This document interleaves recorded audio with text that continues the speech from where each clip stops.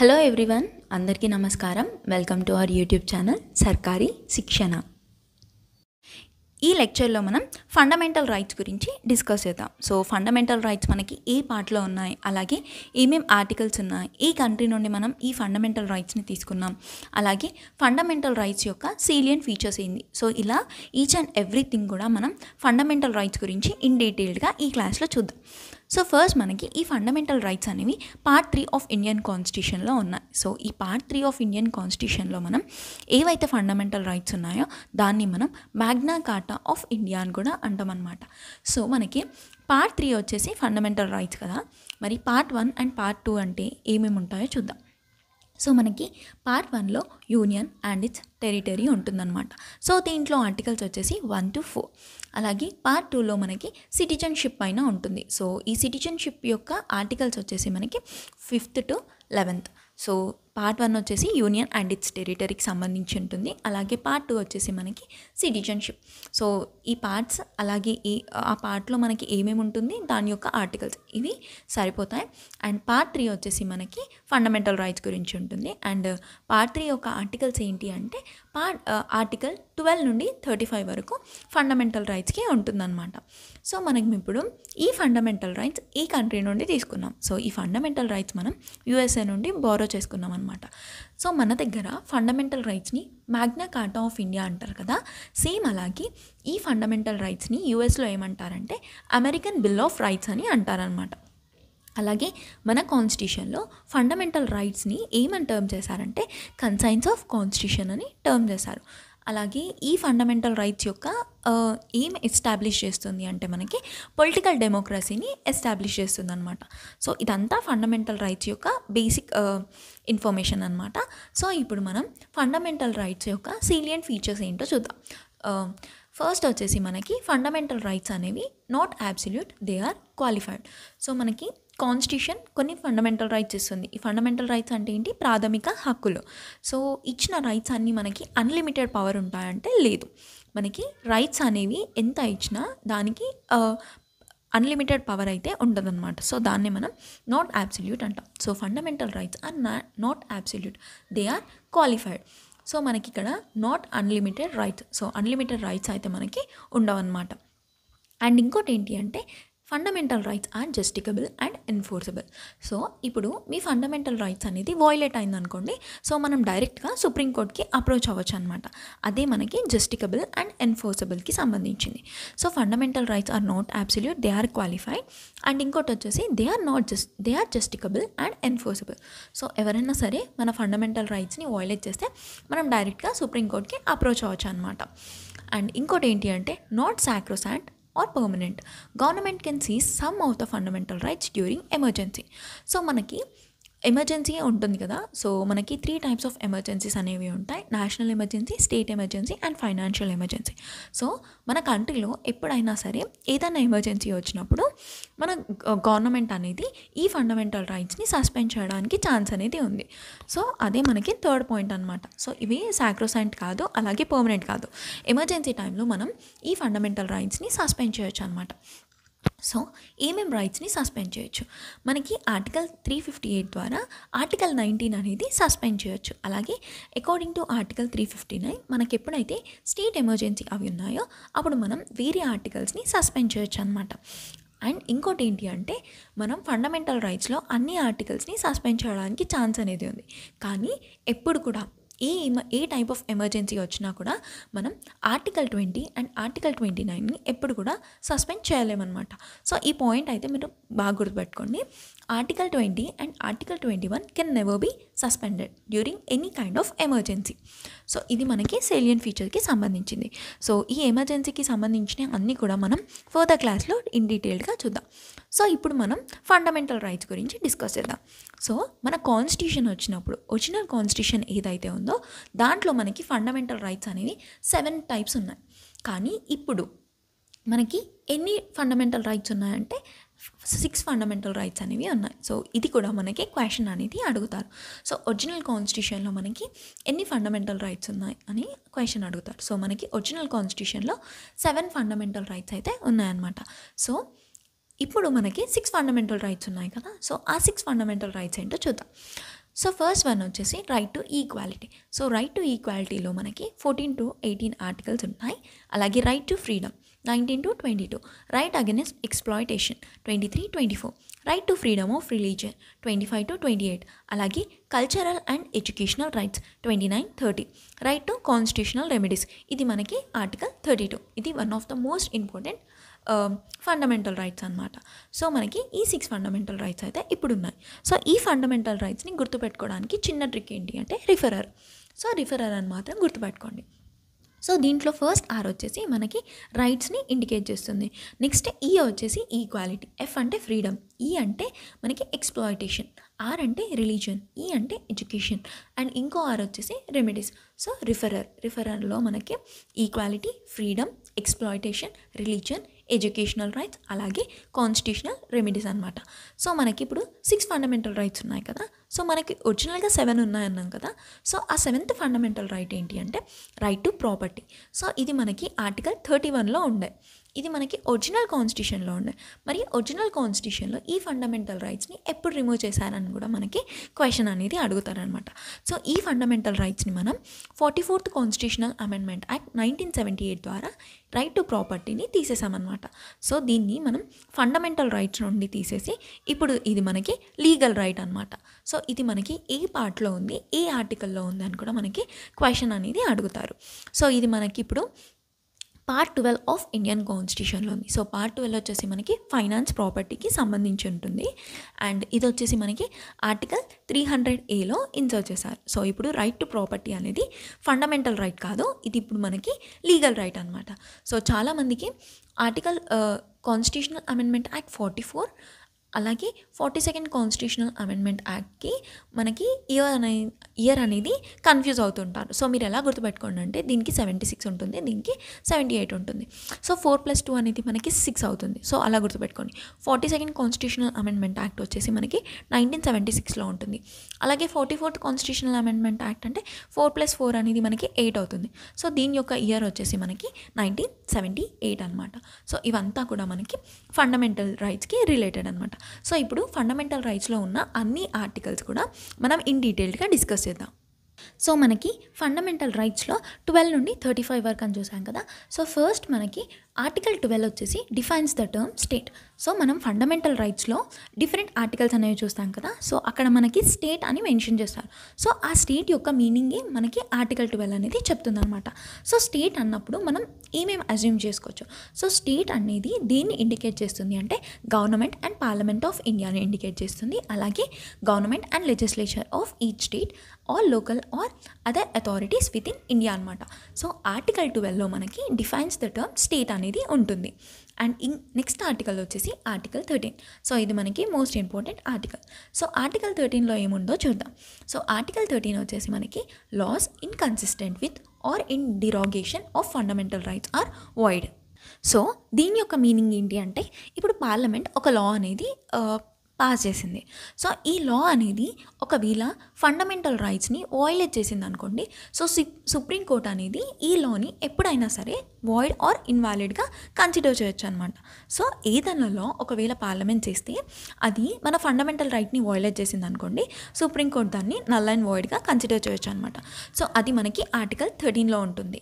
So law inconsistent with or in derogation of fundamental rights are void or invalid అనమాట. So ఇప్పుడు మనకి most important 6 fundamental rights అనేవి వస్తాయి. So first వచ్చేసి మనకి right to equality. So right to ఈక్వాలిటీలో మనకి 5 ఆర్టికల్స్ అనేవి ఉన్నాయి. So 14 to 18. సో ఇది ఎలా గుర్తుపెట్టుకోండి అంటే ఈక్వల్ అని గుర్తుపెట్టుకోండి. సో మనకి ఈక్వల్లో ఎన్ని లెటర్స్ ఉన్నాయి? 5. సో రైట్ టు ఈక్వాలిటీలో మనకి కంప్లీట్గా 5 ఆర్టికల్స్ అనేవి ఉన్నాయన్నమాట. సో ఫస్ట్ వచ్చేసి ఆర్టికల్ 14. ఆర్టికల్ 14 అంటే equality before law and equal protection of law ఉంటుంది. ఆర్టికల్ 15 వచ్చేసి prohibition of discrimination on grounds of religion, race, caste, sex and place of birth. Article 16 వచ్చేసి equality of opportunity in public employment. Article 17 వచ్చేసి abolition of untouchability. Article 18 వచ్చేసి మనకి abolition of titles అనమాట. So అన్ని articles కూడా మనం in డీటెయిల్గా చూద్దాం. సో ఫస్ట్ వచ్చేసి మనకి ఏముంది? Equality before law and equal protection of law. So ఈ టూ కూడా మనకి ఇంపార్టెంట్ కాన్సెప్ట్స్ అండ్ చాలామంది ఇవి కన్ఫ్యూజ్ అవుతారనమాట. సో ఫస్ట్ మనం ఈక్వాలిటీ బిఫోర్ లా అంటే ఏంటో చూద్దాం. సో ఈక్వాలిటీ బిఫోర్ లా అంటే ఏంటి అంటే everyone should be treated equally in the eyes of law. So ఇక్కడ మనకి ఎలాంటి టైప్ ఆఫ్ రిజర్వేషన్ అనేది ఉండదు, ఎలాంటి టైప్ ఆఫ్ పార్షాలిటీ అనేది ఉండదన్నమాట. సో అందరు కూడా లా ముందు ఈక్వల్గా ఉంటారు. సో ఇప్పుడు ఎగ్జాంపుల్గా నేను ట్రాఫిక్ రూల్స్ని తీసుకున్నాను. సో మీరు బైక్ పైన వెళ్తున్నారు, ఒకరు నార్మల్ బైక్ పైన వెళ్తున్నారు అండ్ ఇంకోరు వచ్చేసి మంచి పల్సర్ బండి పైన వెళ్తున్నారు. సో ఈ ఇద్దరు కూడా ఏ బైక్ పైన వెళ్ళినా కూడా ట్రాఫిక్ రూల్స్ని వయోలేట్ చేశారనుకోండి, సో ఇద్దరికి కూడా సేమ్ కైండ్ ఆఫ్ పెనాల్టీ అనేది ఉంటుంది. సో వాళ్ళిద్దరు హెల్మెట్ పెట్టుకోకపోతే సేమ్ అనేది ఉంటుందన్నమాట. సో ఒకరు రిచ్ అని చెప్పేసి వాళ్ళకి ఎక్కువ పెనాల్టీ ఉండదు, అలాగే ఇంకొకరు పూర్ అని చెప్పేసి తక్కువ పెనాల్టీ అయితే ఉండదు కదా.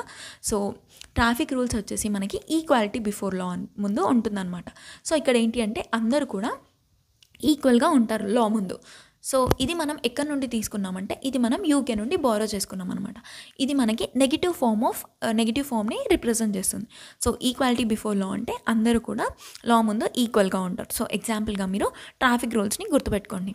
అండ్ ఇంకో కాన్సెప్ట్ వచ్చేసి మనకి equal protection of law. So equal protection of లా మనం యూఎస్ఏ నుండి తీసుకున్నాం అండ్ ఇది మనకి పాజిటివ్ ఫామ్ని రిప్రజెంట్ చేస్తుంది.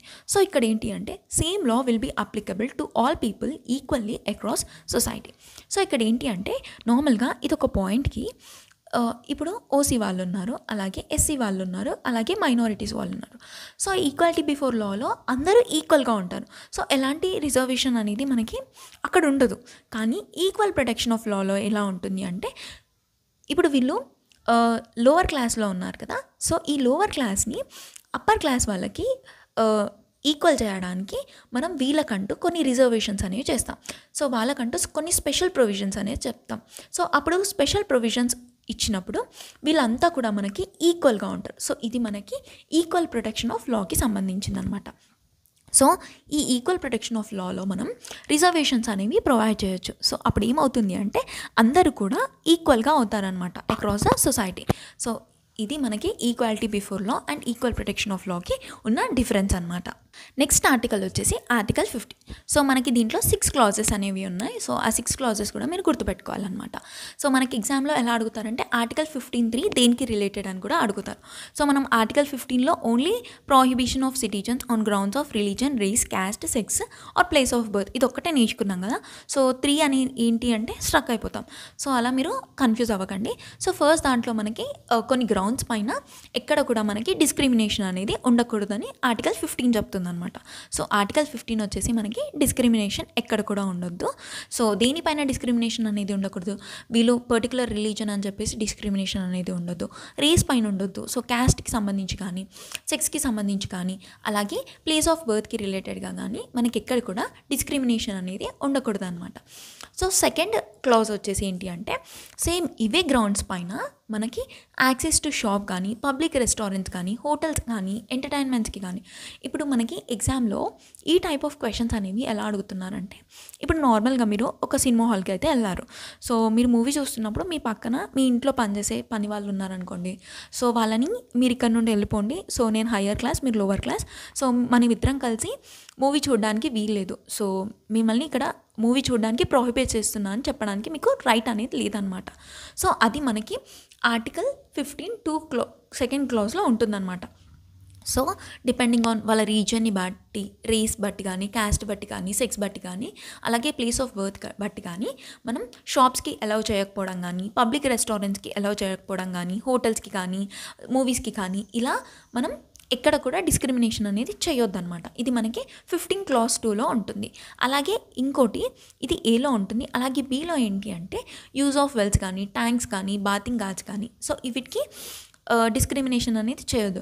సో మనకి ప్రీవియస్గా ఎలా ఉంటుండే అంటే అన్టచబిలిటీస్ ఎవరైతే ఉన్నారో, సో లోవర్ క్లాస్ పీపుల్ ఎవరైతే ఉన్నారో వాళ్ళు హయ్యర్ క్లాస్ పీపుల్ దగ్గర, సో మనం ఒక వెల్ని యూజ్ చేస్తామనుకోండి, సో ఎవరైతే దళితులు ఉన్నారో వాళ్ళు వచ్చి ఆ వాటర్ తాగారనుకోండి, సో అదంతా ఇంప్యూరిటీ అని చెప్పేసి ఆ వాటర్ని ఎవరు యూజ్ చేసేవాళ్ళు కాదు.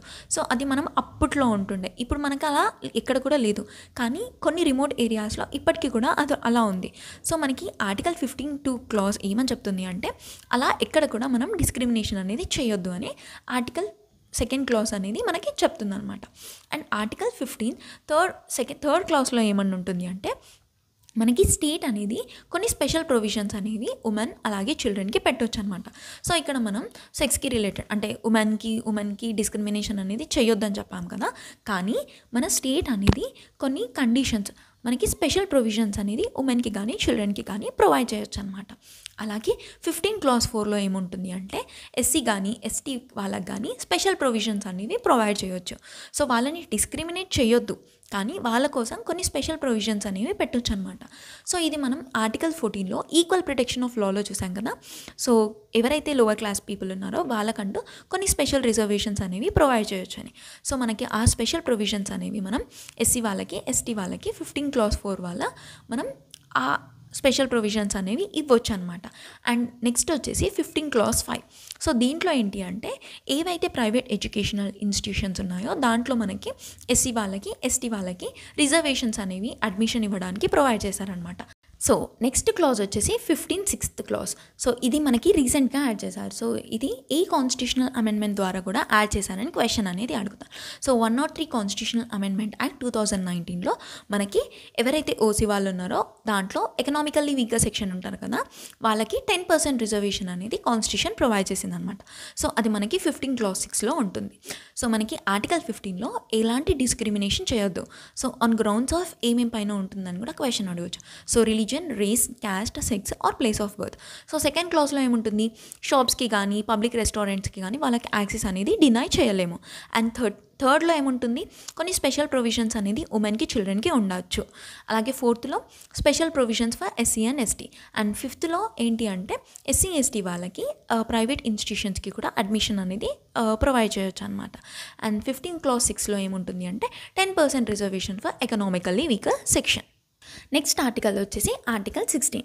సో ఈ ఆర్టికల్ 16 ఏంటి అంటే equality of opportunity in public employment. So public ఎంప్లాయ్మెంట్లో అందరికీ కూడా ఈక్వల్ ఆపర్చునిటీ అనేది ఇవ్వాలన్నమాట. సో దీంట్లో కూడా మనకి క్లాజెస్ అనేవి ఉన్నాయి. సో ఫస్ట్ క్లాజ్ వచ్చేసి మనకి అందరికీ కూడా ఈక్వల్ ఆపర్చునిటీ అనేది ఇవ్వాలి. ఏ ఆఫీస్లో అయినా సరే, అది మన అండర్ స్టేట్లో ఉన్న ఏ ఆఫీస్లో అయినా సరే అందరికీ ఈక్వల్ ఆపర్చునిటీ అనేది ఇవ్వాలన్నమాట. అండ్ నెక్స్ట్ వచ్చేసి సెకండ్ క్లాజ్లో ఏముంది అంటే, సో మనం ఆల్రెడీ 15th చూసాం కన్నా కొన్ని గ్రౌండ్స్ అని చెప్పేసి, సో దానిపైన మనకి పబ్లిక్ ఎంప్లాయ్మెంట్లో డిస్క్రిమినేషన్ అనేది చూపించొద్దు అనమాట. సో వీళ్ళు హయ్యర్ క్యాస్ట్ కాబట్టి వీళ్ళకి ఆపర్చునిటీ అనేది ఇద్దాం, సో వీళ్ళు లోవర్ క్యాస్ట్ కాబట్టి మేము ఆపర్చునిటీ అనేది ఇవ్వమని మనకి సెకండ్ క్లాజ్ అనేది ఉండొద్దు. సో ఎలాంటి డిస్క్రిమినేషన్ కూడా మనకి పబ్లిక్ ఎంప్లాయ్మెంట్ ప్రొవైడ్ చేయడానికి ఉండొద్దు అనమాట. అండ్ థర్డ్ వచ్చేసి మనకి సర్టెన్ జాబ్స్ అంటే కొన్ని జాబ్స్కి రెసిడెన్సీ అనేది ఉండొచ్చు అనమాట. సో ఇప్పుడు నార్మల్గా మన తెలంగాణ స్టేట్ తీసుకున్నాం అనుకోండి. సో తెలంగాణ స్టేట్లో గ్రూప్ 1 సర్వీసెస్ రాసాం. సో ఎలాంటి గ్రూప్ రాసినా కానీ తెలంగాణలో ఎవరైతే ఉన్నారో వాళ్ళకంటూ 90% రిజర్వేషన్ అనేది ప్రొవైడ్ చేస్తున్నారు. సో అలా డిఫరెంట్ స్టేట్స్ వాళ్ళకి సంబంధించిన స్టేట్ పబ్లిక్ సర్వీస్ కమిషన్లో వాళ్ళ రెసిడెన్సీ వాళ్ళకి ఎక్కువ వెయిటేజ్ అంటే ఎక్కువ పర్సంటేజ్ ఆఫ్ జాబ్స్ అనేది ఇస్తుంది. అండ్ అదర్ స్టేట్స్కి ఓన్లీ సర్టన్ అంటే 10% కానీ 5% రిజర్వేషన్ కానీ ఇస్తుంది అనమాట. సో అది మనకి ఆర్టికల్ 16 Clause 3 ద్వారా ఇవ్వచ్చు అనమాట. సో కొన్ని జాబ్స్ ఏంటి అంటే రిక్వైర్డ్ రెసిడెన్సీ, సో రెసిడెన్సీకి అలౌ చేయవచ్చు అనమాట. అది ఓన్లీ స్టేట్ గవర్నమెంట్స్కి సంబంధించి ఉంటుందన్నమాట. కానీ సెంట్రల్లో ఇట్లా అలా ఉండదు. సో అన్ని స్టేట్స్ వాళ్ళకి ఈక్వల్ ఆపర్చునిటీ అనేది ఉంటుంది. అది వేరీ ఎందుకు అవుతుంది అంటే డిపెండ్స్ ఆన్ వేకెన్సీ అనమాట. అండ్ 16(4) వచ్చేసి మనకి రిజర్వేషన్ ఇన్ ప్రమోషన్స్. సో ప్రీవియస్గా మనకి ఏదైతే పబ్లిక్ ఎంప్లాయ్మెంట్ ఉందో గవర్నమెంట్ సర్వీసెస్లో దాంట్లో రిజర్వేషన్ని బేస్ చేసుకొని ప్రమోషన్స్ అనేవి ఇచ్చేవాళ్ళు కాదు.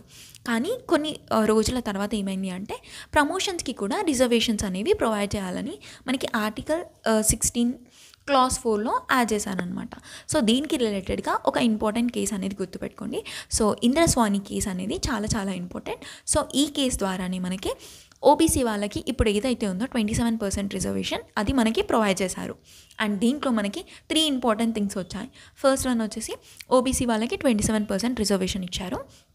అలాగే ఇంకోటి ఏంటి అంటే ఓబీసీ వాళ్ళు ఎవరైతే ఉన్నారో దాంట్లో క్రీమీ లేయర్ ఉంటుంది కదా, సో వాళ్ళకి ఎలాంటి బెనిఫిషియరీ అయితే ఉండదన్నమాట. సో ఒక బీసీ పర్సన్ ఉన్నారు, సో వాళ్ళు ఎకనామికల్లీ స్ట్రాంగ్ ఉన్నారనుకోండి, వాళ్ళు క్రీమీ లేయర్ కింద రారు. సో వాళ్ళకి ఈ 27% రిజర్వేషన్ అనేది ఉండదు, వాళ్ళు డైరెక్ట్గా మనకి ఓసీకి వెళ్ళిపోతారు అనమాట. సో చాలామందికి ఈ క్రీమీ లేయర్ అంటే ఏంటో కాన్సెప్ట్ అయితే అర్థం కాదు. సో దీనికి చెప్తాను చూడండి. సో ఇప్పుడు ఒక బీసీ క్యాండిడేట్ ఉన్నారు. సో ఆ బీసీ క్యాండిడేట్స్లో ఒక 2 హౌసెస్ ఉన్నాయనుకోండి. సో ఇద్దరు కూడా బీసీ క్యాండిడేట్స్కి సంబంధించిన వాళ్ళు. సో ఇద్దరు కూడా 27%కి అవైలబిలిటీ ఉందన్నమాట. సో ఎలాంటి ఎగ్జామ్స్ రాసినా కానీ వాళ్ళకి 27% రిజర్వేషన్ అనేది వస్తుంది. కానీ కొన్ని రోజులకి ఈ ఫస్ట్ ఫ్యామిలీలో ఒక పర్సన్కి గవర్నమెంట్ జాబ్ అనేది వచ్చింది. సో ఈ గవర్నమెంట్ జాబ్ వచ్చిన తర్వాత ఏమవుతుంది అంటే వీళ్ళకి క్రీమీ లేయర్ అనేది అప్లికబుల్ అవుతుందన్నమాట. సో వీళ్ళు క్రీమీ లేయర్ కిందకి వస్తారు.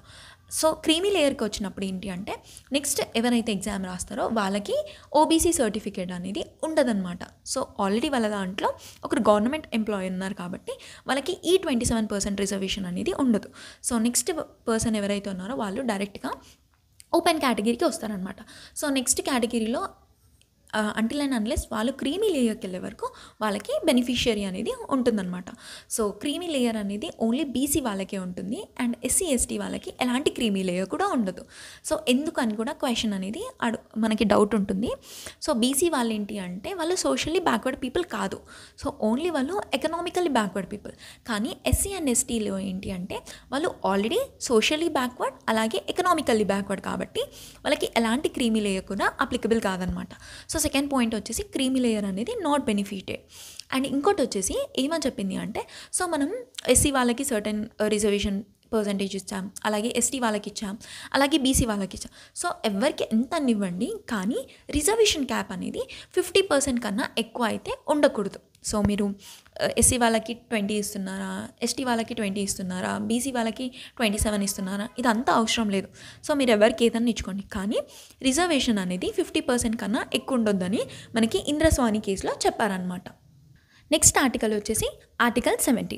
సో ఆర్టికల్ 17 వచ్చేసి మనకి ప్రొహిబిషన్ ఆఫ్ అన్టచబిలిటీ. మనం ఆల్రెడీ ప్రియంబుల్ డిస్కస్ చేసేటప్పుడు జస్టిస్ గురించి చూసాం కదా.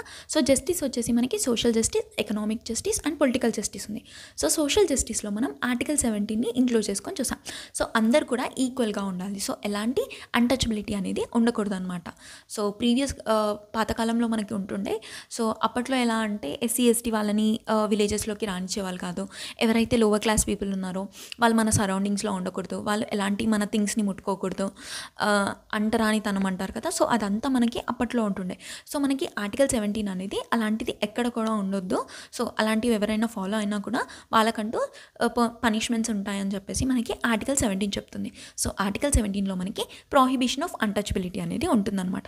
సో దీంట్లో మనకి 2 ఇంపార్టెంట్ యాక్ట్స్ ఉన్నాయి. సో ఇవి కూడా మనకి ఎగ్జామ్ పాయింట్ ఆఫ్ వ్యూ నుండి చాలా ఇంపార్టెంట్ అనమాట. సో ఫస్ట్ వచ్చేసి మనకి సివిల్ రైట్స్ యాక్ట్. సో ఇది మనకి ఏ ఇయర్లో అయింది అన్న క్వశ్చన్ అడుగుతారు. సో ఆన్సర్ వచ్చేసి 1955. సో సివిల్ రైట్స్ వచ్చేసి యాక్ట్స్ వచ్చేసి మనకి 1955. అలాగే ఇది most important act. SC ST atrocities act వచ్చేసి మనకి 1989లో అయిందనమాట. అండ్ నెక్స్ట్ ఇంపార్టెంట్ ఆర్టికల్ వచ్చేసి మనకి ఆర్టికల్ 18. సో ఆర్టికల్ 18 ఏమని చెప్తుంది అంటే abolition of titles. So titles అనేవి ఉండకూడదు అని మనకి ఆర్టికల్ 18 చెప్తుంది. సో కొన్ని టైటిల్స్ అనేవి అలౌ చేస్తుంది, కొన్ని టైటిల్స్ అనేవి అలౌ చేయదు. సో ఎలాంటి టైటిల్స్ అనేవి అలౌ చేస్తుంది అంటే మిలిటరీ కానీ అకాడమిక్ టైటిల్స్ కానీ అలౌ చేస్తుంది అనమాట. సో ఇప్పుడు మనం పిహెచ్డి కంప్లీట్ చేసామనుకోండి, సో డాక్టరేట్ అని మనం నేమ్ ముందు పెట్టుకోవచ్చు. సో అది మనకి అకాడమిక్ టైటిల్స్. సో మన ఎక్సలెన్స్కి సంబంధించి మనకి ఒక టైటిల్ వచ్చింది కాబట్టి మనం మన పేరు ముందు డాక్టరేట్ అని పెట్టుకోవడానికి కాన్స్టిట్యూషన్ అనేది మనకి ఫ్రీడమ్ ఇచ్చింది. సో ఆ అకాడమిక్ టైటిల్స్ అనేవి అలౌ చేస్తుంది. అలాగే మిలిటరీ టైటిల్స్ కూడా మనకి అలౌ చేస్తుంది అనమాట. కానీ ఎలాంటి టైటిల్స్ అనేవి అలౌ చేయదు అంటే దీంట్లోనే మనకి పద్మవిభూషణ్ కానీ, భారతరత్న కానీ, పద్మశ్రీ కానీ ఇవన్నీ కూడా మనకి టైటిల్స్ అనేవి అలౌ చేస్తారు. కానీ no citizen of India shall accept any title from any foreign state.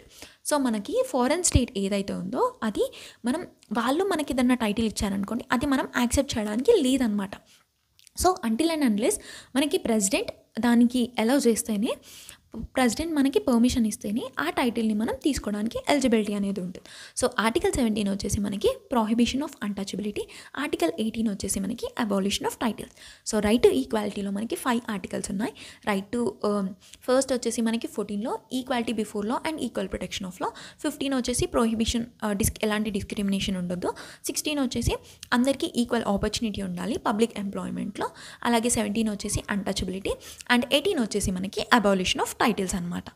So next వచ్చేసి ఆర్టికల్ 19 నుండి 22 వరకు. So right to freedom. So right to ఫ్రీడమ్లో మనకి ఆర్టికల్ 19 నుండి 22 ఉన్నాయి. రైట్ టు ఈక్వాలిటీలో మన 5 ఆర్టికల్స్ ఉన్నాయి. ఎలా గుర్తుపెట్టుకున్నాం? ఈక్వల్. సో ఈక్వల్లో 5 లెటర్స్ కాబట్టి 5 ఆర్టికల్స్ ఉన్నాయి. అలాగే ఇక్కడ ఫ్రీడమ్ కదా, సో ఫ్రీ అని గుర్తుపెట్టుకోండి. ఫ్రీలో మనకి 4 లెటర్స్ ఉన్నాయి కాబట్టి మనకి 4 ఆర్టికల్స్ అనేవి ఉంటాయి. సో ఆర్టికల్ 19 అనేది మనకి చాలా చాలా ఇంపార్టెంట్. అలాగే రైట్ టు ఫ్రీడమ్లో ఉన్న ఈచ్ అండ్ ఎవ్రీ ఆర్టికల్ కూడా మనకి చాలా ఇంపార్టెంట్ అనమాట. సో ఆర్టికల్ 19(1) క్లాజ్లో ఏముంది అంటే all citizens shall have the right to. So మనకి కొన్ని రైట్స్ అనేవి ఉన్నాయి. సో అందరు సిటిజన్స్ కూడా ఈ రైట్స్ అనేవి ఎలిజిబుల్ అనమాట. సో ఆర్టికల్ 19(a)లో ఏముంటుంది అంటే freedom of speech and expression. So మనం ఎక్కడన్నా సరే ఏదైనా సభ పెట్టుకొని స్పీచ్ అనేది ఇవ్వచ్చు. మన మనసులో ఉన్న ఎలాంటి భావాన్ని అయినా సరే ఎక్స్ప్రెస్ చేయడానికి మనకి ఆర్టికల్ 19 అనేది ఉంది. సో ఇప్పుడు సోషల్ మీడియాలో ఎవరైనా ఏదైనా చెప్పాలి అనుకున్నా చెప్పొచ్చు అనమాట. సో ఇప్పుడు మనమే ఒక యూట్యూబ్ ఛానల్ అనేది స్టార్ట్ చేసాం. సో మనకి ఆర్టికల్ 19 ద్వారా మనకి freedom of speech and expression ఉంది. సో నేను ఏమనుకుంటున్నానో అవన్నీ కూడా నేను సోషల్ మీడియాలో పెట్టడానికి నాకు రైట్ అనేది ఉంది. సో ఆ రైట్ నాకు ఎక్కడి నుండి వచ్చింది అంటే మనకి ఆర్టికల్ 19(1) క్లాజ్ A లో మనకి freedom of speech and expression ఉంది. సో సోషల్ మీడియా అనేది మనకి ఫ్రీడమ్ ఆఫ్ స్పీచ్ అండ్ ఎక్స్ప్రెషన్కి ఎగ్జాంపుల్ అనమాట. అండ్ ఇంకోటి వచ్చేసి పీస్ఫుల్ అసెంబ్లీ. సో మనం సభలు పెట్టుకుంటాం కదా, సో అవన్నీ కూడా మనకి ఎలాంటి ఆర్మ్స్ ఉండకుండా, ఎలాంటి గొడవలు జరగకుండా మనం పీస్ఫుల్గా పెట్టుకోవడానికి మనకి ఆర్టికల్ 19 అనేది ప్రొవైడ్ చేస్తుంది అనమాట. అండ్ ఇంకోటి వచ్చేసి ఫార్మింగ్ అసోసియేషన్స్. అలాగే free movement throughout India. So ఇండియాలో మనం ఎక్కడన్నా తిరగవచ్చు అనమాట. సో జమ్మూ అండ్ కాశ్మీర్ నుండి కన్యాకుమారి వరకు మనం త్రూ అవుట్ ద కంట్రీ ఎక్కడికన్నా తిరిగే రైట్ మనకి రైట్ టు ఫ్రీడమ్ అనేది మనకి ఇచ్చిందనమాట. అలాగే ఇంకోటి ఏంటి అంటే to reside and settle in any part of the India. So ఇప్పుడు మనం తెలంగాణలోనే చూసుకుంటుంటే చాలా వరకు కూడా మనకి ఎలా ఉన్నారంటే ఛత్తీస్గఢ్ నుండి కానీ, బీహార్ నుండి కానీ, వెస్ట్ బెంగాల్ నుండి కానీ చాలామంది వచ్చి ఇక్కడ వర్క్ అనేది చేస్తున్నారనమాట. సో వాళ్ళకి ఆ రైట్ అనేది ఎక్కడి నుండి వచ్చింది అంటే ఆర్టికల్ 19 క్లాజ్ 9 ద్వారా వచ్చిందనమాట. సో మనం ఎక్కడన్నా తిరగవచ్చు. అలాగే తిరిగినప్పుడు మనకి ఏదన్నా మంచి జాబ్ అనిపించింది అనుకో, సో మనం అక్కడ ఉండొచ్చు. అలాగే మనం ఆ ప్లేస్లో సెటిల్ అవ్వడానికి ఛాన్స్ అనేది మనకి ఉందన్నమాట. అండ్ ఇక్కడ 19(f) అనేది రైట్ టు ప్రాపర్టీ. సో మనం ఆల్రెడీ డిలీట్ చేసామని చూసాం కదా.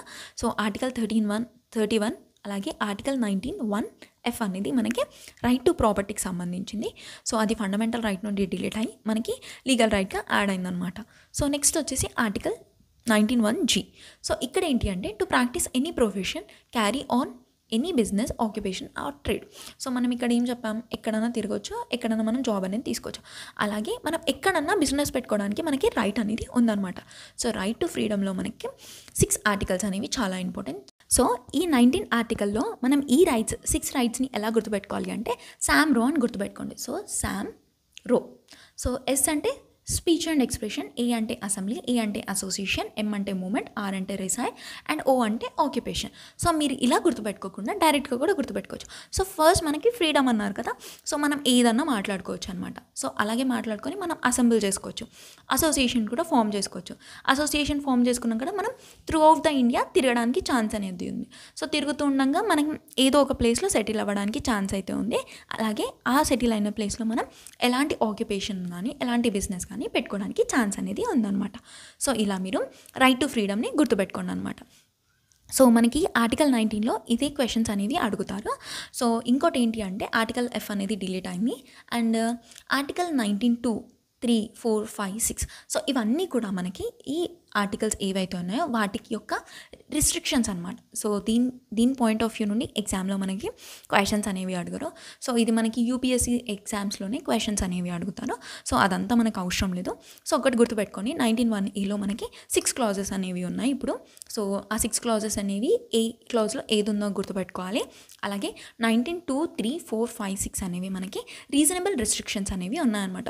సో ఇవన్నిటికీ మనకి కంప్లీట్ ఫ్రీడమ్ అనేది లేదు, అన్నిటికీ కూడా కొన్ని రిస్ట్రిక్షన్స్ అనేవి ఉన్నాయన్నమాట. సో అది మనకి ఆర్టికల్ 19కి సంబంధించింది. అలాగే right to internet and right to information కూడా మనకి ఆర్టికల్ 19 నుండి వస్తుందన్నమాట. సో మనం ఏ ఇన్ఫర్మేషన్ అన్నా తెలుసుకోవడానికి మనకి రైట్ టు ఫ్రీడమ్ అనేది ఫండమెంటల్ రైట్గా ఉంటుంది. నెక్స్ట్ ఆర్టికల్ వచ్చేసి ఆర్టికల్ 20. సో ఈ ఆర్టికల్ 20లో ఏముంటుంది అంటే సో ఆర్టికల్ 20 వచ్చేసి protection in respect of convention for offences అనమాట. సో మనకు ఆర్టికల్ 20లో 3 క్లాజెస్ అనేవి ఉన్నాయి. సో ఈ 3 కూడా మనకి చాలా important. And article 20 second clause అనేది మనకి రెగ్యులర్గా ఎగ్జామ్లో అడుగుతుంటారు. సో ఆర్టికల్ 21లో ఏముంది అంటే protection of X post facto applications of law. So ఇక్కడ ఏంటి అంటే ఇప్పుడు ఏదైనా ఒక క్రైమ్ జరిగిందనుకోండి. సో, ఒక పర్సన్‌ని అక్యూజ్‌గా అనుకున్నారు. సో, వాళ్ళ పైన మీరే చేశారని చెప్పేసి ఎలాంటి ఇన్ఫర్మేషన్ కూడా లేదు. కానీ ఆ పర్సన్‌ని బలవంతంగా నువ్వు ఈ క్రైమ్ చేశావని చెప్పేసి ఒప్పుకో అని చెప్పేసి టార్చర్ పెట్టడం గానీ అలాంటివి మనకి చేయొద్దనమాట. మనకి ఆ ప్రొటెక్షన్ అనేది ఆర్టికల్ 20 క్లాజ్ 1లో ఉందనమాట. సో, మనం ఏ ఎక్స్ట్రా ఫోర్స్‌ని బట్టి కానీ ఆ పర్సన్‌ని నువ్వు చేశావని చెప్పేసి చేయడానికి లేదనమాట. సో, బలవంతంగా ఇది ఏ కేస్‌ని కూడా మనం ఒప్పుకోవద్దు. సో, అదంతా కూడా మనకి పోలీస్ వాళ్ళే ఇన్వెస్టిగేషన్ అనేది చేయాలన్నమాట. సో, నెక్స్ట్ వచ్చేసి ఆర్టికల్ 20 క్లాజ్ 2. సో, దీంట్లో ఏంటి అంటే ప్రొటెక్షన్ ఫ్రమ్ డబుల్ జియోపాడీ. సో, ఇక్కడ ఏంటి అంటే 2 టైమ్స్ సేమ్ క్రైమ్ చేశారనుకోండి. సో, 2 టైమ్స్ పనిష్మెంట్ అనేది ఉండదన్నమాట. సో, సర్టెన్ కేసెస్లో ఇది మనకి లిమిట్స్ అనేవి ఉన్నాయి. కానీ ఇప్పటివరకు ఎలా ఉంది అంటే, సో, ఎవరైనా పర్సన్ సేమ్ క్రైమ్‌ని 2 టైమ్స్ చేశారనుకోండి. సో, 2 పనిష్మెంట్స్ అయితే ఉండదు. ఓన్లీ 1 పనిష్మెంట్ అనేది ఉంటుందన్నమాట. సో, అది మనకి ఆర్టికల్ 20 క్లాజ్ 2లో ఉంటుంది. సో, ప్రొటెక్షన్ ఫ్రమ్ డబుల్ జియోపాడీ అనమాట. అండ్ థర్డ్ క్లాజ్ వచ్చేసి మనకి protection from self incrimination. So, ఏదైనా క్రైమ్ జరిగిందనుకోండి. సో, అక్కడ నేనే చేశానని చెప్పేసి వాలంటీర్‌గా ఎవరు కూడా చెప్పడానికి లేదు. సో, ఒకవేళ నేనే క్రైమ్ చేశానని ఒప్పుకున్నా కూడా సో, మళ్ళీ ఫర్దర్‌గా ఇన్వెస్టిగేషన్ అనేది జరిగి అది మనం చేసామా లేదా అని కోర్ట్ అనేది డిసైడ్ చేయాల్సి ఉంటుందన్నమాట. సో, కొన్ని కేసెస్లో ఎలా ఉంటుంది, వాలంటీర్గా కావాలని ఇంకొందరిని ఎస్కేప్ చేయడానికి కొందరు చెప్తూ ఉంటారు. సో, మనకది ప్రొటెక్షన్ ఫ్రమ్ సెల్ఫ్ ఇన్క్రిమినేషన్ అనమాట. సో, ఆర్టికల్ 20లో మనకి protection in respect of convention for అఫెన్సెస్కి సంబంధించి ఉంటుందన్నమాట. సో, దీంట్లో సెకండ్ క్లాజ్ అనేది ఇంపార్టెంట్. సో, అదొకటి గుర్తుపెట్టుకోండి, protection from double jeopardy. And next important article వచ్చేసి ఆర్టికల్ 21. సో, ఇది one of the most important article అనమాట. సో, ఆర్టికల్ 21 వచ్చేసి protection of life and personal liberty. So, మన లైఫ్ని ప్రొటెక్ట్ చేసుకునే రైట్ మనకి ఆర్టికల్ 21 ఇస్తుందన్నమాట. సో, చాలామంది సూసైడ్ చేసుకుంటూ ఉంటారు. సో, సూసైడ్ చేసుకోవడం అనేది కూడా ఒక క్రైమే మన కాన్స్టిట్యూషన్ ద్వారా. సో, ఎవ్వరు కూడా వాళ్ళ లైఫ్ని సూసైడ్ చేసుకోవడానికి రూల్ అనేది లేదనమాట. సో, మన లైఫ్ని మనం ప్రొటెక్ట్ చేసుకునే రైట్ మనకి ఫండమెంటల్ రైట్ అనేది ఇస్తుంది. సో, ఆర్టికల్ 21 వచ్చేసి protection of life and personal liberty. So, already discuss చేశాం కదా, ఎలాంటి ఎమర్జెన్సీ సిచ్యువేషన్స్ వచ్చినా కానీ మనకి ఆర్టికల్ 20 అండ్ ఆర్టికల్ 21 అనేది ఎప్పుడు కూడా సస్పెండ్ అవ్వవు అనమాట. అండ్ ఇంకో ఆర్టికల్ వచ్చేసి ఆర్టికల్ 21A. సో, ఇది మనకి ఒరిజినల్ కాన్స్టిట్యూషన్లో లేదు. సో, ఇది మనకి తర్వాత యాడ్ అయిందనమాట. సో, ఇది మనకి DPSPలో యాడ్ అయింది, అలాగే ఫండమెంటల్ డ్యూటీస్లో కూడా యాడ్ అయిందనమాట. సో, ఆర్టికల్ 21 క్లాజ్ ఏం చెప్తుంది అంటే free and compulsory education for childrens 6 to 14 years. So, ఎవరైనా చిల్డ్రన్స్ 6 to 14 ఇయర్స్ ఉన్నారో వాళ్ళందరూ కూడా కంపల్సరీ ఎడ్యుకేషన్ అనేది ఉండాలని మనకి ఆర్టికల్ 21 చెప్తుందన్నమాట. సో, ఆర్టికల్ 21A అంటే ఏంటి, రైట్ టు ఎడ్యుకేషన్కి సంబంధించి. సో, ఇది మనకి ఏ కాన్స్టిట్యూషనల్ అమెండ్మెంట్ ద్వారా యాడ్ అయింది అంటే 86th constitutional amendment act 2002. So, ఇది గుర్తుపెట్టుకోండి. అండ్ నెక్స్ట్ ఆర్టికల్ వచ్చేసి మనకి ఆర్టికల్ 22. సో, ఆర్టికల్ 22 ఏంటి అంటే protection against arrest and detention in certain cases. So, arrest కానీ డిటెన్షన్కి సంబంధించి కానీ అన్నీ కూడా మనకి ఆర్టికల్ 22 అనేది చెప్తుందన్నమాట. సో, ఇదేంటి అంటే ఆర్టికల్ 22 క్లాజ్ 1లో ఏముంటుంది అంటే ఎవరైనా సరే ఒక పర్సన్ అరెస్ట్ అయ్యారనుకోండి. సో, ఒక పర్సన్ వచ్చి అరెస్ట్ చేశారు. సో, అరెస్ట్ చేసిన పర్సన్ని 24 hours లోపు కోర్టులో సబ్మిట్ చేయాలన్నమాట. సో, ఏదైతే ట్రావెలింగ్ ఉందో అది ఎక్స్క్లూడ్ చేస్తారో. సో, అరెస్ట్ చేసిన పర్సన్ని కంపల్సరీ 24 hours లోపు మనం కోర్టులో ప్రొడ్యూస్ చేయాలన్నమాట. అండ్ ఇంకోటి ఏంటి అంటే ఎవరైనా పర్సన్ నన్ను అరెస్ట్ చేయడానికి వస్తున్నారనుకోండి. సో, నాకు రైట్ ఉందన్నమాట, నన్ను ఎందుకు అరెస్ట్ చేస్తున్నారని క్వశ్చన్ చేయడానికి మనకి రైట్ అనేది ఉంది. సో, మీకు ఎలా రైట్ ఉంది అంటే మనం చెప్పొచ్చు ఆర్టికల్ 22 క్లాజ్ 1లో నాకు రైట్ ఉంది. సో, నేను ఎందుకు అరెస్ట్ అవుతున్నానని నాకు అడిగే హక్కు ఉంది అని చెప్పేసి మనం చెప్పొచ్చు. అలాగే మనకు నచ్చిన లాయర్ని మన కేసు వాదించడానికి పెట్టుకోవడానికి ఛాన్స్ అనేది ఉందన్నమాట. సో, ఇదంతా మనకి ఆర్టికల్ 22 క్లాజ్ 1లో ఉంది. అండ్ ఆర్టికల్ 22 క్లాజ్ 2లో మనకి డిటెన్షన్కి సంబంధించి ఉన్నాయన్నమాట. సో, మనకి 2 types ఆఫ్ డిటెన్షన్స్ అనేవి ఉంటుంది. ఒకటి వచ్చేసి ప్యూనిటివ్ డిటెన్షన్ అండ్ ఇంకోటి వచ్చేసి ప్రివెంటివ్ డిటెన్షన్.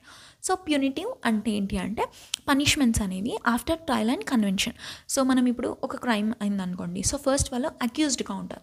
సో, తర్వాత అంతా ఇన్వెస్టిగేషన్ చేసిన తర్వాత వాళ్ళు అవును ఈ నేరం చేశామని చెప్పేసి వాళ్ళని ముద్దాయిగా ప్రకటిస్తామన్నమాట.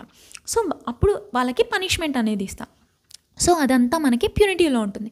సో ప్యూనిటీలో ఏంటి అంటే ట్రయల్ అండ్ కన్విక్షన్ తర్వాత వాళ్ళని అరెస్ట్ చేయకున్నా కానీ వాళ్ళకి పనిష్మెంట్ అనేది మనం ప్యూనిటీలో ఇస్తాం. కానీ ప్రివెంటివ్ డిటెన్షన్ కూడా ఉంటుందన్నమాట. సో నార్మల్ ఇదంతా కూడా నేషనల్ సెక్యూరిటీకి సంబంధించి మనం ప్రివెంటివ్ డిటెన్షన్ అనేది యూజ్ చేస్తుంటాం. సో ప్రివెంటివ్ అంటే మనం ముందుగానే ప్రివెంట్ చేస్తున్నామని. సో ప్రివెంటివ్ డిటెన్షన్లో ఏముంటుంది అంటే పనిష్మెంట్ అనేది వితౌట్ ట్రయల్ అండ్ కన్విక్షన్లో ఇస్తామన్నమాట. సో ఏదన్నా ఒక బాంబ్ బ్లాస్ట్ జరుగుతుంది, సో ఈ పర్సన్ పైన డౌట్ ఉందనుకోండి, సో మనం ప్రివెంటివ్ డిటెన్షన్ ద్వారా ఆ పర్సన్ని మనం అరెస్ట్ చేయొచ్చు అనమాట. సో ఆ పర్సన్ని మనం పనిష్ అనేది చేయగలుగుతాం. సో ఆ రైట్ అనేది మనకి ఆర్టికల్ 22లో ఉంది. సో ప్యూనిటివ్ అంటే పనిష్మెంట్ అనేది ట్రయల్ అండ్ కన్విక్షన్ తర్వాత జరుగుతుంది. కానీ ప్రివెంటివ్ అంటే ఏదన్నా ఒక మన నేషనల్ సెక్యూరిటీకి సంబంధించి ఎలాంటి హామ్ జరగకుండా కొందరు పీపుల్ని అరెస్ట్ చేసి ముందు పెట్టుకుంటాం కదా. ఇప్పుడు నార్మల్గా ఏదన్నా ఎగ్జామ్స్కి రిలేటెడ్గా ధర్నాస్ కూడా జరిగినాయి అనుకోండి. సో పోలీస్కి ధర్నా జరుగుతుంది అని ఇన్ఫర్మేషన్ వచ్చినా కానీ వాళ్ళని అరెస్ట్ చేసి ఒక ప్లేస్లో పెడతారు. సో వాళ్ళకి ఎలాంటి హామ్ కూడా చేయరు. కానీ ఆ సర్టెన్ టైం వరకు, సో ఈరోజు చేస్తున్నారంటే మార్నింగ్ నుండి నైట్ వరకు వాళ్ళని పెట్టుకునే రైట్ అనేది ఉంది. సో అది కూడా చిన్న చిన్న ధర్నాలకు సంబంధించి కాదు, సో ఏదన్నా పెద్దది. సో దానివల్ల మనకి పబ్లిక్కి కానీ ఏదన్నా డిస్టర్బెన్స్ వస్తుంది అంటే అలాంటి దానికి మనకి ప్రివెంటివ్ డిటెన్షన్ అనేది ఉంటుందన్నమాట. సో ఇదంతా కూడా మనకి ఆర్టికల్ 22 చెప్తుందన్నమాట. నెక్స్ట్ ఫండమెంటల్ రైట్స్ వచ్చేసి right against exploitation. So right against ఎక్స్ప్లాయిటేషన్లో మనకి 2 ఆర్టికల్స్ అనేవి ఉన్నాయి. సో ఒకటి వచ్చేసి ఆర్టికల్ 23 అండ్ ఇంకోటి వచ్చేసి ఆర్టికల్ 24. సో ఆర్టికల్ 23 ఏమని చెప్తుంది అంటే prohibition of traffic in human beings and forced labour. So human trafficking అనేది జరుగుతుంది కదా, సో దాన్ని మనకి ఆర్టికల్ 23 అనేది ప్రొహిబిట్ చేస్తుంది అనమాట. సో మన ఇండియాలో ఎలాంటి హ్యూమన్ ట్రాఫికింగ్ అనేది జరగకూడదు. సో ఎవరన్నా అలా చేశారనుకోండి వాళ్ళని అరెస్ట్ చేయడానికి మనకి అన్ని రైట్స్ కూడా ఉన్నాయి. అండ్ ఇంకోటి ఏంటి అంటే ఫోర్స్డ్ లేబర్. ఇది మనం చాలా ట్రాఫిక్ సిగ్నల్స్ దగ్గర చిన్న చిన్న పిల్లలు అడుక్కుంటూ ఉంటారు కదా, సో అదంతా కూడా వాళ్ళు వాలంటీర్గా చేస్తుంటే అలాంటి ప్రాబ్లం లేదు. కానీ ఎవరన్నా కొన్ని మూటాలు ఉంటాయి కదా, సో కొందరు రౌడీలు ఏం చేస్తారు, అలాంటి పిల్లల్ని హైర్ చేసుకొని సో వాళ్ళకి టార్చర్ పెట్టి మీరు అక్కడ అడగాలి, సో మీరు రోజుకి ఇన్ని డబ్బులు తీసుకొని రావాలి అని చెప్పేసి ఫోర్స్డ్ లేబర్ అనేది చేపిస్తుంటారు. సో అదంతా కూడా మనకి ఎక్స్ప్లాయిటేషన్కి దారితీస్తుంది అనమాట. సో అదంతా కూడా మన కాన్స్టిట్యూషన్ అనేది ఆర్టికల్ 23 ద్వారా ప్రొహిబిట్ చేస్తుంది. సో ఆర్టికల్ 23 అనేది human traffic in human beings అలాగే ఫోర్స్డ్ లేబర్ అనేది ప్రొహిబిట్ చేస్తుంది అనమాట. నెక్స్ట్ ఆర్టికల్ వచ్చేసి ఆర్టికల్ 24. సో ఇదేం చెప్తుంది అంటే prohibition of employment of children in factories below 14 years. ఎవరైనా సరే 14 years లోపు ఉన్నారనుకోండి, సో వాళ్ళు ఎలాంటి ఎంప్లాయ్మెంట్ కూడా చేయొద్దు అనమాట. సో కొన్ని హజార్డియస్ ఫ్యాక్టరీస్ ఉంటాయి కదా, సో అలాంటి ప్లేసెస్లో ఎవరైతే తక్కువ ఏజ్ చిల్డ్రన్ ఉన్నారో వాళ్ళు ఎలాంటి వర్క్ కూడా చేయడానికి వీల్లేదనమాట. సో అలాంటి వాళ్ళు ఎక్కడన్నా చేసినా కూడా, మీరు ఎక్కడైనా చూసినా కూడా మనం డైరెక్ట్గా పోలీస్ వాళ్ళకి కాల్ చేస్తే వాళ్ళని అరెస్ట్ చేసేస్తారనమాట. సో అది మనకి ఆర్టికల్ 24 చెప్తుందనమాట. అండ్ నెక్స్ట్ ఫండమెంటల్ రైట్ వచ్చేసి మనకి right to freedom of religion. So ఇదంతా కూడా మనకి రిలీజన్కి సంబంధించి ఉంటుందన్నమాట. సో దీంట్లో మనకి 4 ఆర్టికల్స్ ఉన్నాయి. సో ఆర్టికల్ 25 నుండి 28 వరకు. సో ఫస్ట్ ఆర్టికల్ 25 ఏం చెప్తుంది అంటే freedom of conscience to profess, to practice and to propagate any religion. So ఒక వ్యక్తి, సో ఎవరైనా ఉన్నారనుకోండి, సో ఆ వ్యక్తి హిందూజంని అంటే హిందూ దేవుళ్ళని మొక్కొచ్చు, ముస్లిం దేవుడిని మొక్కొచ్చు, క్రిస్టియన్ దేవుడిని మొక్కొచ్చు. సో వాళ్ళంతటా వాళ్ళు ఏదన్నా చేసుకోవచ్చు అనమాట. కానీ ఒక హిందూ పర్సన్ ఉన్నారు, సో ముస్లిం వాళ్ళు వచ్చి వాళ్ళని ఇన్ఫ్లుయెన్స్ చేసి వాళ్ళని హిందూజంకి తీసుకోవడం కానీ, అలాగే వైస్ వర్సా కూడా అనుకోండి, సో అలా చేయడానికి వీల్లేదనమాట. సో ఎవరిని కూడా బలవంతంగా మా రిలీజియన్లోకి రండి అని చెప్పడానికి ఎవరికి కూడా అధికారం లేదు.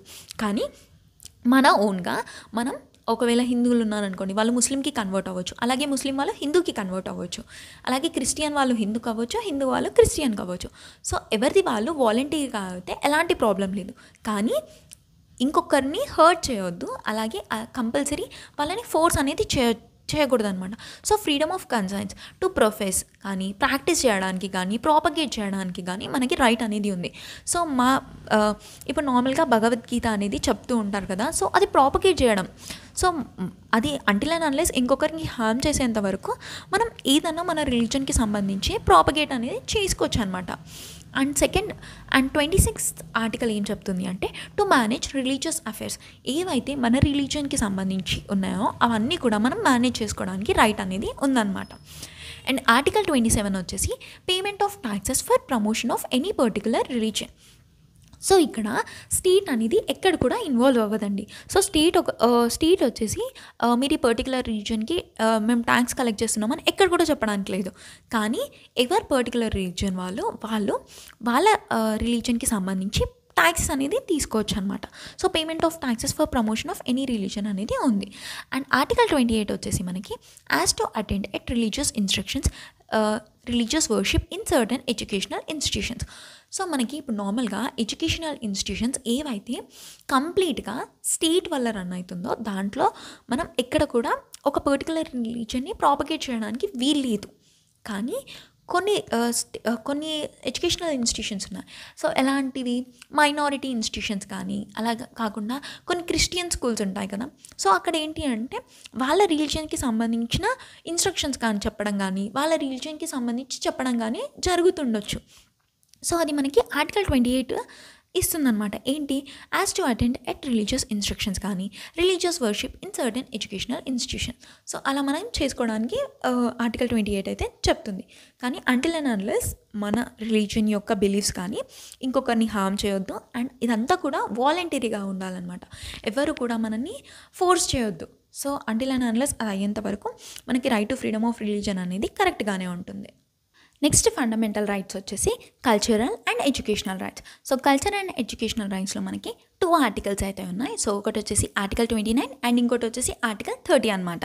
సో ఈ ఆర్టికల్ 29 ఏమని చెప్తుంది అంటే protection of interest of minorities. So minorities యొక్క ఇంట్రెస్ట్ని ప్రొటెక్ట్ చేయాలని చెప్తుందనమాట. సో ఎలాంటి థింగ్స్లో ప్రొటెక్ట్ చేయాలి, వాళ్ళ లాంగ్వేజెస్ని ప్రొటెక్ట్ చేయడం కానీ వాళ్ళ స్క్రిప్ట్స్కి సంబంధించి కానీ వాళ్ళ కల్చర్కి సంబంధించి కానీ సో ఇవన్నీ కూడా మనం వాళ్ళ యొక్క వాల్యూస్ అనేది రెస్పెక్ట్ చేయాలి. సో అది మనకి ఆర్టికల్ 29 చెప్తుందనమాట. అండ్ ఆర్టికల్ 30 వచ్చేసి మనకి మైనారిటీ ఎడ్యుకేషనల్ రైట్స్కి సంబంధించి. సో మన స్టేట్లో ఏంటి అంటే కొన్ని మైనారిటీ ఎడ్యుకేషనల్ ఇన్స్టిట్యూట్స్ అనేవి ఉంటాయి. సో అది పెట్టుకోవడానికి మనకి ఆర్టికల్ 30 అనేది ఎస్టాబ్లిష్ చేసుకోవడానికి ఫ్రీడమ్ అనేది ఇస్తుందన్నమాట. సో ఇక్కడ ఏంటి, to establish and administer educational institutions. So minority educational rights అనేవి ప్రొటెక్ట్ చేయడానికి మనం కొన్ని దానికి సంబంధించిన ఎడ్యుకేషనల్ ఇన్స్టిట్యూషన్స్ని పెట్టడం కానీ దాన్ని అడ్మినిస్ట్రేషన్ చేయడం కానీ మనకి ఆర్టికల్ 30 ఉంటుందన్నమాట. సో ఆర్టికల్ 29 ఏమో protection of interest of minority. So మైనారిటీకి సంబంధించిన లాంగ్వేజెస్ని కానీ స్క్రిప్ట్స్ని కానీ కల్చర్ని కానీ అవన్నిటిని కూడా మనం ప్రొటెక్ట్ చేయాలి.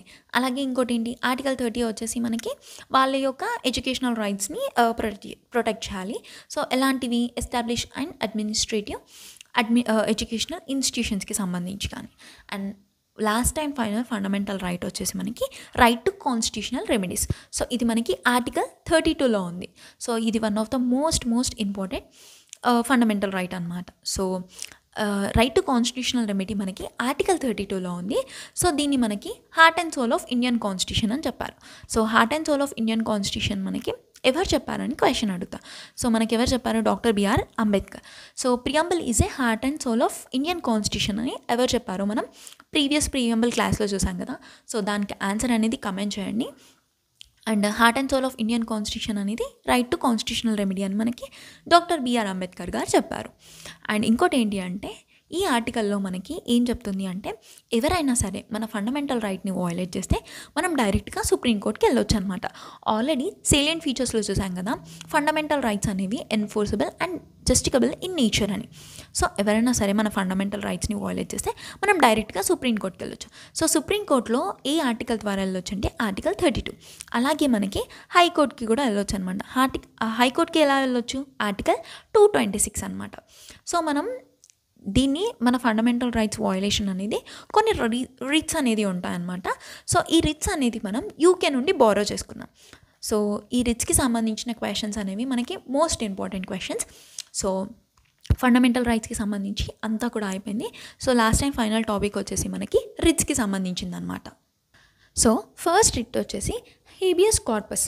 సో మనకి ఎగ్జామ్లో డైరెక్ట్ క్వశ్చన్స్ అనేవి ఎలా అడుగుతారంటే మ్యాచ్ ద ఫాలోయింగ్ ఇస్తారు. So habeas corpus, mandamus, quo warranto, prohibition అని ఇచ్చేసి 4 ఆప్షన్స్ అనేవి మ్యాచ్ చేయాలన్నమాట. సో డైరెక్ట్గా కూడా మనకి క్వశ్చన్ అనేది అడుగుతారు. అలా కాకుండా ఏదైనా ఒక సెంటెన్స్ ఇచ్చి అది ఏ రీడ్కి సంబంధించి అని కూడా క్వశ్చన్ అనేది అడుగుతారు. సో ఫండమెంటల్ రైట్స్ టాపిక్లో రిట్స్ టాపిక్ అనేది చాలా ఇంపార్టెంట్. సో ఇది కంపల్సరీ నేర్చుకోండి. సో ఫస్ట్ రిట్స్ వచ్చేసి మనకి హీబియస్ కార్పస్. హీబియస్ కార్పస్ అంటే ఏంటి అంటే హ్యావ్ ఉంది కదా, so to have a body. So ఎవరైనా సరే అరెస్టెడ్ పర్సన్ ఉన్నారనుకోండి, వాళ్ళని కోర్టులో ప్రొడ్యూస్ చేయాలి within 24 hours. If not Supreme Court అనేది కంపల్సరీ ఏమని చెప్తుంది, టు హ్యావ్ ఏ బాడీ అని చెప్తుంది అనమాట. సో హేబియస్ కార్పస్ అనేది మనం అప్పుడు ఫైల్ చేయొచ్చు. సో మనకు తెలిసిన పర్సన్ని ఎవరైనా అరెస్ట్ చేశారనుకోండి, సో వాళ్ళని 24 hours లోపు కోర్టుకి తీసుకెళ్ళలేదు. సో వాళ్ళు ఎక్కడికి వెళ్ళారు ఏంటి, సో ఆ పర్సన్ అనేది మిస్సింగ్ కదా. సో మనం డైరెక్ట్గా సుప్రీంకోర్టుకి వెళ్ళి హేబియస్ కార్పస్ అనేది ఫైల్ చేయొచ్చు అనమాట. సో మాకు తెలిసిన పర్సన్ అనేది కనిపించట్లేదు అని. సో అప్పుడు కోర్ట్ ఏం చేస్తుంది, పోలీస్ వాళ్ళకి సర్టన్ డైరెక్షన్స్ అనేది ఇస్తుంది అనమాట. సో ఈ సర్టన్ పర్సన్ అనేది వాళ్ళు మిస్సింగ్ అవుతున్నారు. సో 24 hours ఆల్రెడీ అయిపోయింది. సో ఈ సర్టన్ టైంలో మీరు ఆ పర్సన్ని కోర్టులో ప్రొడ్యూస్ చేయాలని చెప్తుందనమాట. సో హేబియస్ కార్పస్ అంటే ఏంటి, to have the body. And next one వచ్చేసి మనకి మ్యాండమస్. మ్యాండమస్ అంటే వీ కమాండ్ అని అర్థం అనమాట. సో ఇది ఓన్లీ పబ్లిక్ ఎంప్లాయ్మెంట్కి ఉంటుంది, ప్రైవేట్ ఎంప్లాయ్కి అగెనెస్ట్గా అయితే ఉండదన్నమాట. సో ఇప్పుడు ఇదేంటి అంటే issue to do a thing or to stop a thing. So మనం కమాండ్ చేయడానికి రైట్ అనేది ఉంది. సో ఒక గవర్నమెంట్ ఎంప్లాయీ ఉన్నారు, సో వాళ్ళు ఏం వస్తున్నారు తింటున్నారు వెళ్ళిపోతున్నారు, వస్తున్నారు తింటున్నారు వెళ్ళిపోతున్నారు. సో వాళ్ళు ఎలాంటి వర్క్ చేయలేదు అనుకోండి, మనకి అడిగే రైట్ అనేది ఉందన్నమాట. So we can command them. So ఇప్పుడు మీరు ఒక క్యాస్ట్ సర్టిఫికేట్ గురించి వెళ్ళారు. సో నాకు క్యాస్ట్ సర్టిఫికేట్ కావాలి, దానికి కావాల్సిన డాక్యుమెంట్స్ ఏంటి, నాకు దాని యొక్క డీటెయిల్స్ చెప్పండి అండ్ దాని ప్రాసెస్ చెప్పండి అని చెప్పారనుకోండి, దే హ్యావ్ ద రైట్ అనమాట. సో మనకు అడిగే రైట్ ఉంది, వాళ్ళు చేసే రైట్ ఉంది. సో నేను చెప్పను, నేను చెయ్యను అనడానికి లేదనమాట. సో వాళ్ళు ఇలా ఏదైనా చేస్తే we can command them. So అది మనకి మ్యాండమస్ అనే రైట్ ఇస్తుంది అనమాట. సో వాళ్ళు ఏదైనా థింగ్ని చేయడానికి కానీ, ఒకవేళ అదే క్యాస్ట్ సర్టిఫికేట్ ఇప్పుడు ఒక రైట్ పర్సన్కి ఇస్తే ఓకే, కానీ మీరు చూస్తున్నప్పుడు ఒక ఇన్ఎలిజిబుల్ పర్సన్కి, సో వాళ్ళకి చాలా ఆస్తులు ఉన్నాయి, అన్నీ ఉన్నాయి, చాలా ప్రాపర్టీస్ ఉన్నాయి, అయినా కూడా ఒకవేళ వాళ్ళు ఓసీ అనుకోండి, వాళ్ళకి ఎస్సీ ఇస్తున్నారు. సో అది స్టాప్ చేయడానికి కూడా మీకు రైట్ అనేది ఉంటుందన్నమాట. సో మ్యాండమస్ అనేది ఏదైనా వర్క్ని చేయడానికి కానీ స్టాప్ చేయడానికి కానీ ఉంటుందన్నమాట. సో మ్యాండమస్ అంటే వీ కమాండ్. ఇది ఓన్లీ పబ్లిక్ ఎంప్లాయీస్కే ఉంటుంది and not against private employees అనమాట. అండ్ నెక్స్ట్ వన్ వచ్చేసి quo warranto. So quo warranto అంటే వారంటీ అన్నాం కదా, సో బై వాట్ అథారిటీ అనమాట. సో ఏదైనా ఒక పర్సన్ ఏదైనా ఒక పోస్ట్ని హోల్డ్ చేస్తున్నారు అనుకోండి, వాళ్ళ యొక్క సర్టన్ క్వాలిఫికేషన్స్ అనేవి అడగడానికి ఛాన్స్ అనేది ఉందన్నమాట. సో ఏ అథారిటీతో నువ్వు ఆ సీట్లో కూర్చున్నావు అని కానీ, ఏ అథారిటీతో నువ్వు ఈ సభని పెట్టడం అన్నావు కానీ, సో ఇలాంటివన్నీ కూడా మనకి క్యూ వారంటీ చెప్తుందన్నమాట. సో ఇక్కడ ఏంటి అంటే ఒక గవర్నమెంట్ ఆఫీసర్ ఉన్నారనుకోండి, సో వాళ్ళు వాళ్ళ చేయాల్సిన పని కాకుండా వేరే వర్క్ చేసినా కానీ మనం వాళ్ళ మీద వెళ్ళి క్యూ వారంటీ రిట్స్ అనేది ఫైల్ చేయొచ్చు అనమాట. సో అప్పుడు సుప్రీంకోర్టు అనేది అడుగుతుంది, so by what authority, so ఏ అథారిటీతోని మీరు ఈ వర్క్ చేశారని చెప్పేసి మనం క్వశ్చన్ చేయడానికి అనేది ఉంటుందన్నమాట. సో క్యూ వారంటీ అంటే బై వాట్ అథారిటీ అనమాట. సో నెక్స్ట్ ఇంపార్టెంట్ రిట్ వచ్చేసి సర్చరరీ. సో ఇదేంటి అంటే టు బీ సర్టిఫైడ్ అనమాట. సో టు బీ సర్టిఫైడ్ కానీ టు బీ ఇన్ఫార్మ్డ్ కానీ ఉంటుందన్నమాట. సో ఇక్కడ ఏంటి అంటే హయ్యర్ కోర్ట్ ఏదైతే ఉందో అది మనం జడ్జిమెంట్ ఏదైతే పాస్ చేసిందో దాన్ని స్టాప్ చేయడానికి ఉంటుందన్నమాట. సో ఇప్పుడు డిస్ట్రిక్ట్ కోర్ట్ ఉంది, సో డిస్ట్రిక్ట్ కోర్ట్ అనేది ఒక జడ్జిమెంట్ని పాస్ చేసింది, కానీ అది ఫ్రాడ్ కానీ తెలిసిన, మిస్టేక్ ఉందని తెలిసిన, ఎర్రర్ ఉందని తెలిసిన హైకోర్ట్ అనేది ఆ జడ్జిమెంట్ని స్టాప్ చేయొచ్చు అనమాట. అది మనకి ఇదనమాట. సో ఏంటి, higher court stopping the judgement given by the lower court. So can be against జ్యుడిషియరీకి ఉండొచ్చు, క్వాజీ జ్యుడిషియరీకి ఉండొచ్చు, అలాగే అడ్మినిస్ట్రేటివ్ బాడీస్కి కూడా ఉండొచ్చు అనమాట.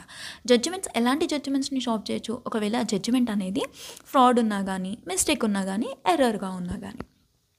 అండ్ లాస్ట్ ఇంపార్టెంట్ రిట్ వచ్చేసి ప్రాహిబిషన్ అనమాట. సో ప్రాహిబిషన్ ఆల్రెడీ మనం ట్రాఫిక్ రూల్స్లో చూస్తాం కదా, ప్రాహిబిట్ చేస్తున్నారు, ప్రాహిబిటెడ్ ఏరియా అని. సో ప్రాహిబిటెడ్ అంటే ఏంటి అంటే ఆ ఏరియాకి మనం ఎంటర్ అవ్వద్దు అని. సో ప్రాహిబిషన్ అంటే ఏంటి అంటే టు స్టాప్ అని మీనింగ్ వస్తుందన్నమాట.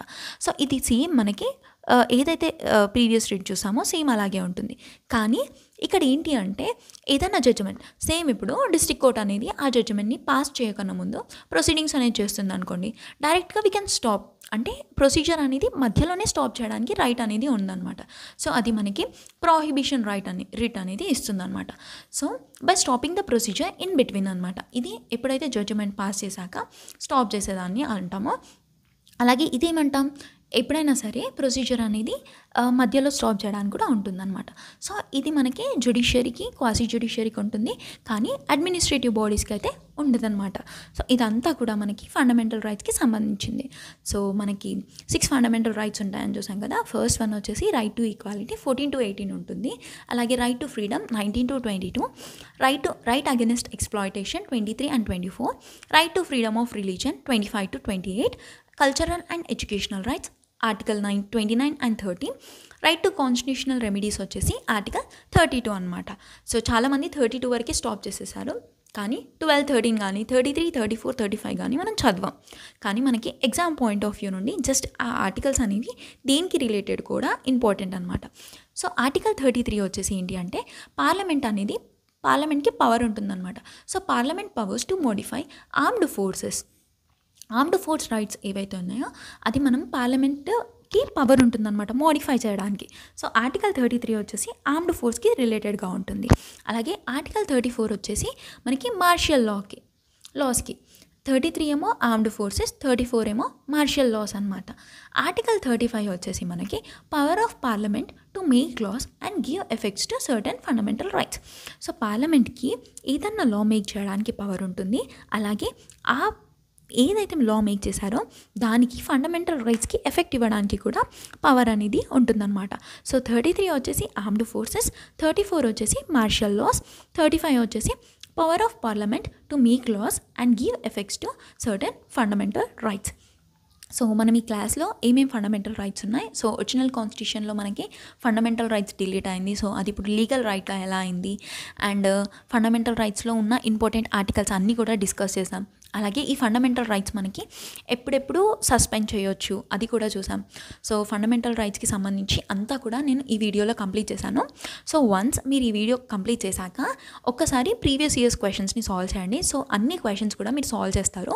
So each and every question exam point of వ్యూలో ఎలా అడుగుతారో అంతా కూడా నేను ఈ వీడియో లెక్చర్లో కంప్లీట్ చేశాను. సో మీకు ఇంకా ఫండమెంటల్ రైట్స్కి ఎలాంటి డౌట్ ఉన్నా నాకు కామెంట్ సెక్షన్లో చెప్పండి. సో ఇదండి ఇవాళటి వీడియో. ఇలాంటి మరిన్ని వీడియోస్ కోసం subscribe to Sarkari Sikshana. Please do like, comment, share and hit the bell icon for more such updates. Thank you so much for watching.